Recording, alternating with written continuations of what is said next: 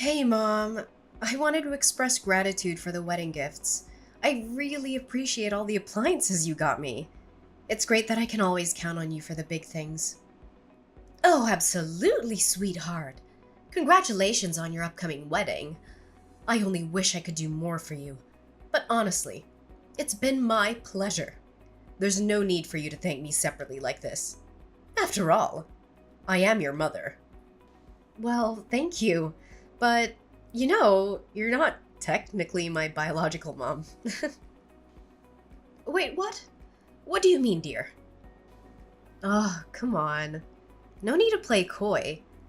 You're not my biological mother. But I wanted you to know that I'm so grateful for everything you've done for me. Uh, Wait. Hold on a second. What are you trying to say here, Eleanor? Did you actually think I didn't know? You thought I believed you were my birth mother all these years? What on earth are you talking about? I am your mother, Eleanor.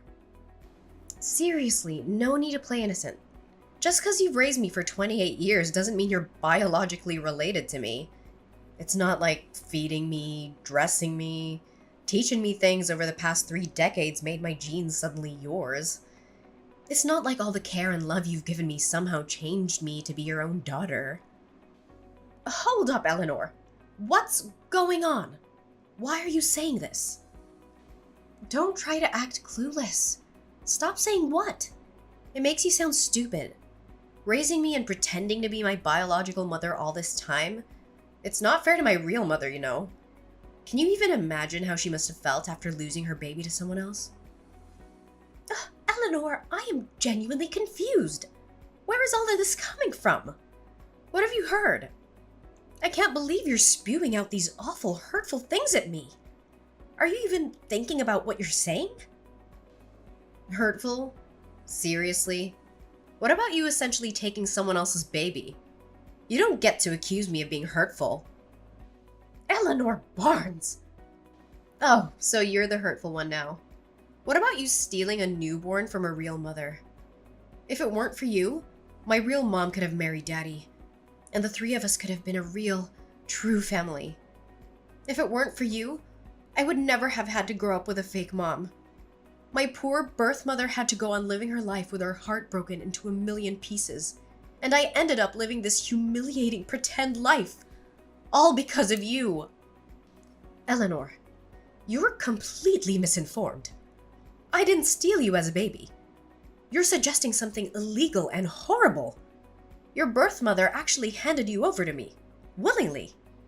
She said she wasn't going to raise a child as a single mother.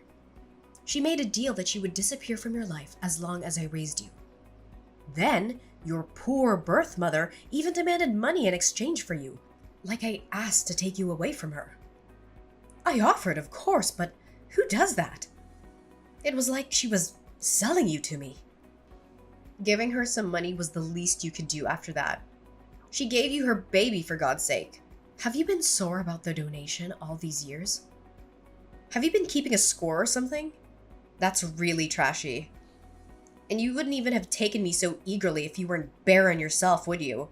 So don't give me any of that, oh, I raised you with my heart crap, because you didn't do it for me. You did it for yourself. And you did it to satisfy your own selfish greed of being a mom and a wife. To fulfill your ideal of a perfect family. You probably pretended your butt off so you could appeal how perfect a mom and wife you are to Daddy. Sweetheart, I never once thought of you as anything other than my own daughter. I cherished you as a precious gift. I spent the past 28 years being thankful and showing that through raising you. I'm so proud of the woman you've become.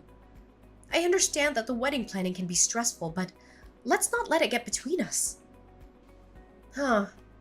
Always riding that high horse, Paisley, huh? Just take a moment to step down and try to understand how my real mother must have felt. Step out of that fake, cheerful facade of being my mom and see the reality the rest of us have experienced. Do you even have an ounce of decency? I'm not your daughter anymore. I won't play along with your charades or any other fake roles you want me to take on. So save yourself the trouble and don't bother showing up at my wedding or sending emails. Just stay out of my life. I'm cutting ties with you. I'm moving forward into a new chapter, and I'd prefer if you weren't part of it. Got it? Eleanor, how long have you known that I'm not your biological mother? And who told you? Well, now you're asking. Daddy spilled the beans about 3 years ago. Yeah, around the time I met Miles. We all used to hang out together. Daddy, my real mom, Miles and I. Dinners, shopping trips, you name it. You genuinely had no clue? What? Are you serious? I can't believe your father would do that. Well, serves you right for thinking you could tie Daddy down by having a baby. Any baby, that is. We all know you wanted nothing but to use me as a bargaining chip to keep Daddy for yourself and provide for you. Did you really think building your happiness on other people's sadness wouldn't have its consequences? As I already said, I did not steal you away from your birth mother. Eleanor, you have to believe me. And I provided for myself as much as your father did. I didn't have to depend on him entirely. Yes, I am unable to have children of my own, but that is not at all the reason I raised you like you were. Your birth mother. She threatened to discard you at some orphanage like a piece of garbage if I didn't take you. Her word, not mine. And to my eternal shame, I did think about letting her do what she said. Because after all, she was your father's mistress and you were their illegitimate child. But sweetheart, I took you in because I loved you from the moment I laid eyes on you, and your tiny little fingers wrapped around my thumb. I didn't think twice about what it meant to mother your husband's child he had with a mistress, because I fell in love with you so deeply and so utterly. How you came into this world did not matter anymore. Just that you did come into my world. Can't you understand that, baby? Ugh, please spare me the tear-jerking drama. This isn't Hollywood.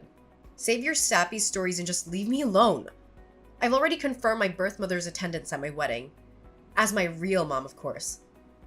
And Daddy should be sending over divorce papers soon. Divorce? What? Ugh, why are you being so slow?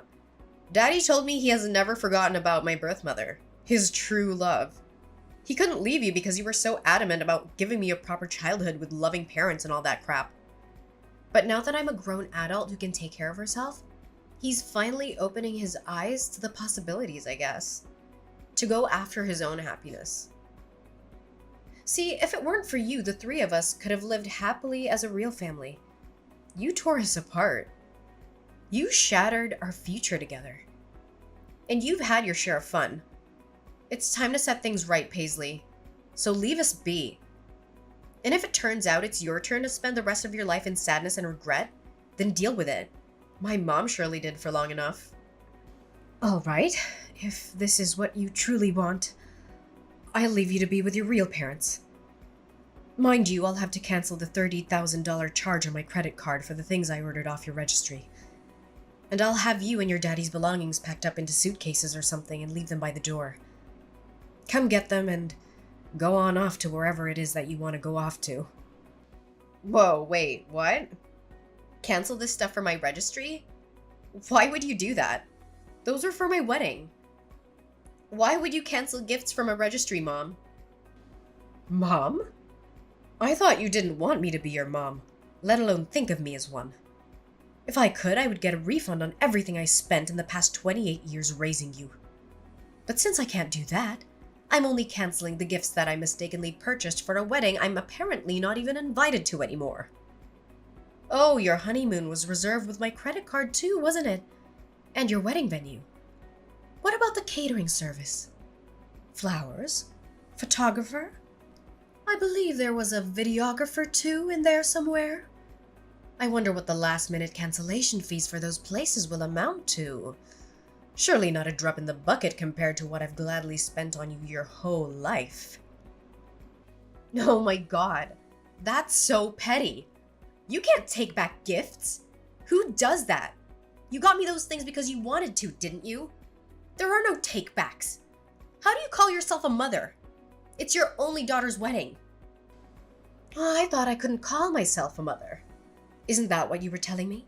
You can run along to your precious birth mother and ask for help. Why don't you? Surely she can help with the venue and the food and the photography and the honeymoon. Since she loves you so much and has never had the chance to show it, surely she'll jump at the chance. Wow. So there it is. You did think of me as a stepchild, didn't you? Your words say you love me like your own, but your actions speak volumes about how you really felt all these years. You kept a tally of the money you spent on me. Seriously? Would you have done that if I were your real biological daughter? You know what? Fine. My mom can cover the venue and honeymoon. Miles probably has some money saved up too. We don't need your help. All we need from you now is to sign those divorce papers. You got it. The sooner, the better.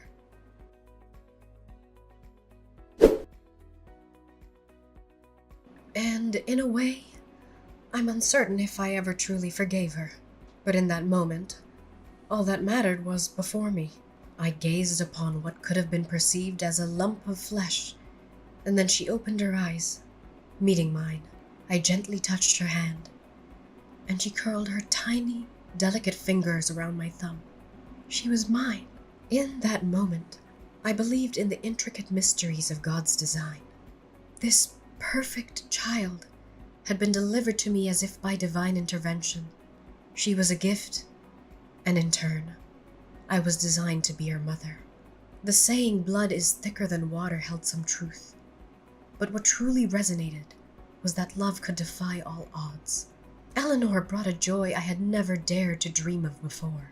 The first time she called me Mama, the moment she took her initial steps, her genuine delight in the meals I prepared. Those instances were all emblematic of a kind of love that transcended boundaries. Her small hand in mine as we walked together, the handmade artwork she gifted me on Mother's Day. She had been gradually filling the void within my heart, until it was overflowing with a love I never thought possible. I could have never foreseen that one day she would utter those hurtful, devastating words she hurled at me today. My husband's confession to his ongoing affair with Shelley's birth mother shattered the foundation of our 33-year marriage. Our life together unraveled in the blink of an eye as we walked out of the courtroom with our marriage officially dissolved. Once back home, I hastily gathered their belongings, tossing them into any available box, and left them outside my door. The sight of my now half-empty home was a stark reminder of the abrupt changes that had befallen me. As I tried to process the shock of it all, a text message notification illuminated my phone screen. A message from my now ex-husband.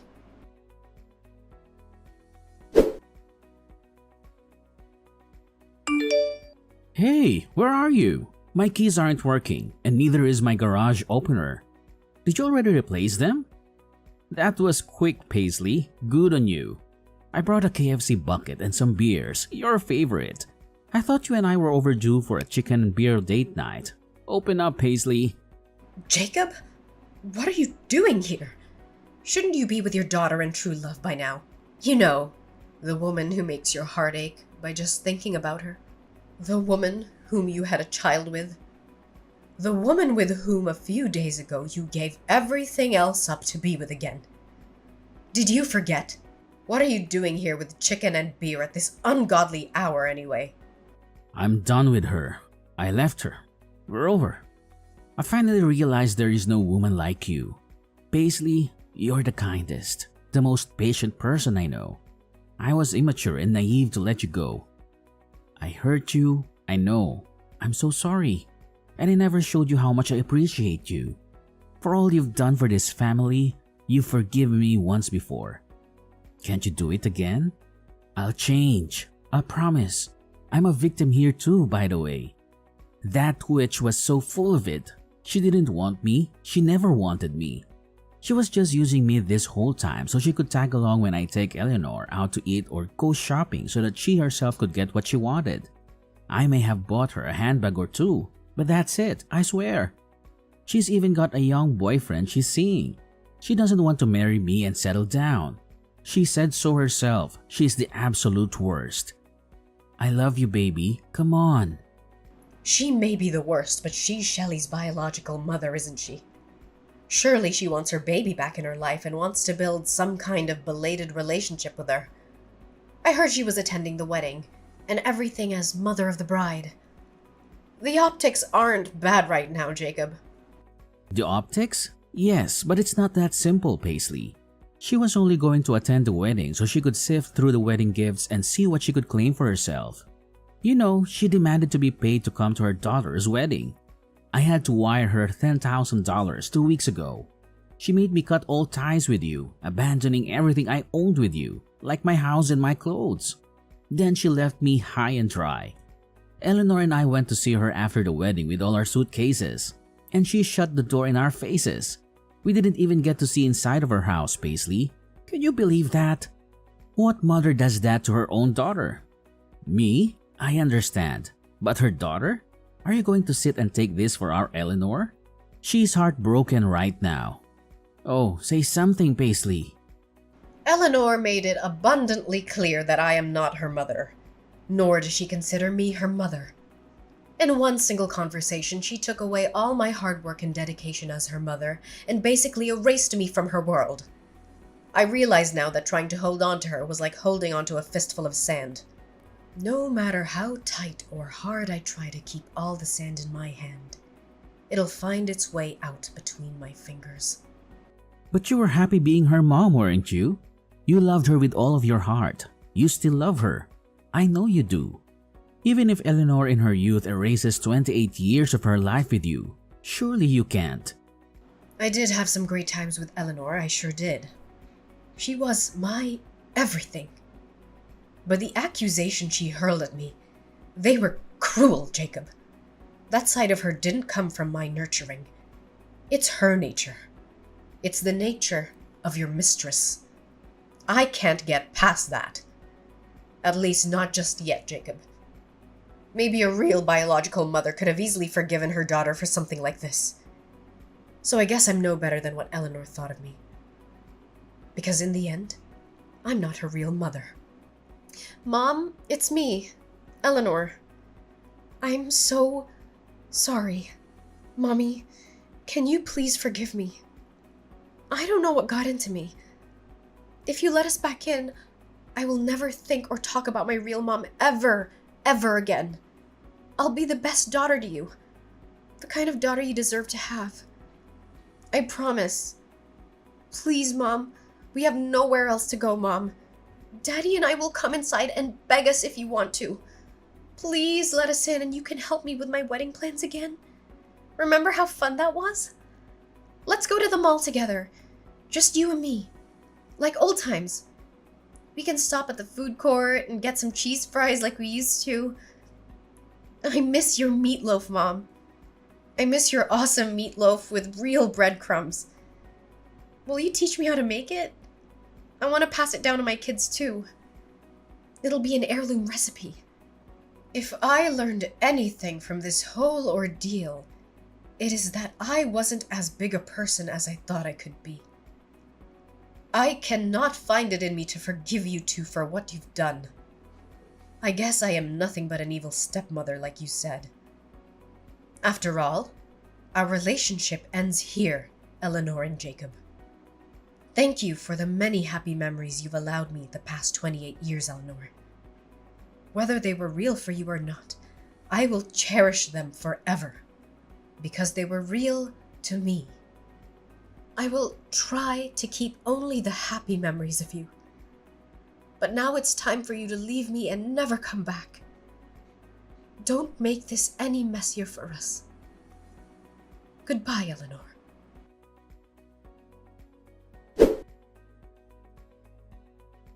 The echoes of their persistent knocking and frantic kicks reverberated through the silence, a desperate symphony of anger and rejection. I stood on either side of the door, the barrier between my past and the uncertain future I was determined to embrace. After dialing the police, 2 patrol officers arrived. Their stern words and authoritative presence finally managed to quell the storm outside my home.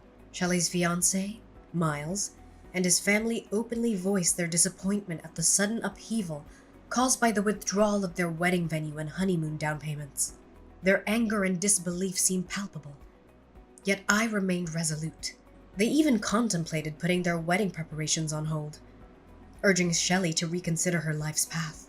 And in the blink of an eye, Miles made a decision that sent shockwaves through their relationship. He ended things with Shelley, just days before their intended wedding date. Amidst the chaos, Shelley bombarded me with messages and calls, hurling curses my way and placing the blame squarely on my shoulders. It was tempting to succumb to my habitual instincts and try to mend things, but I recognized that I needed to tread a different path. I needed to stop giving them space in my life and focus on rebuilding my own.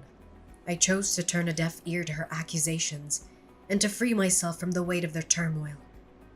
It was a moment of realization. If anything needed fixing, it was my own life, my own happiness. As the days passed, their presence faded like a distant memory, and the quiet solitude that embraced me was a welcome change. Looking back, it's bittersweet to think that my prime years were dedicated to nurturing a child who, in the end, mirrored the darkness of her birth mother. However, I carry no regrets. Shelley, in her own twisted way, taught me invaluable lessons about love, resilience, and the boundaries I needed to establish for my own well-being. Now, as I stand at the crossroads, I'm ready to pen a new chapter in this uncertain adventure called life. The pages ahead are blank and full of possibility, and I'm determined to fill them with my own happiness. Free from the chains of the past. It's a fresh beginning, a journey that's mine to craft, a future waiting to be written.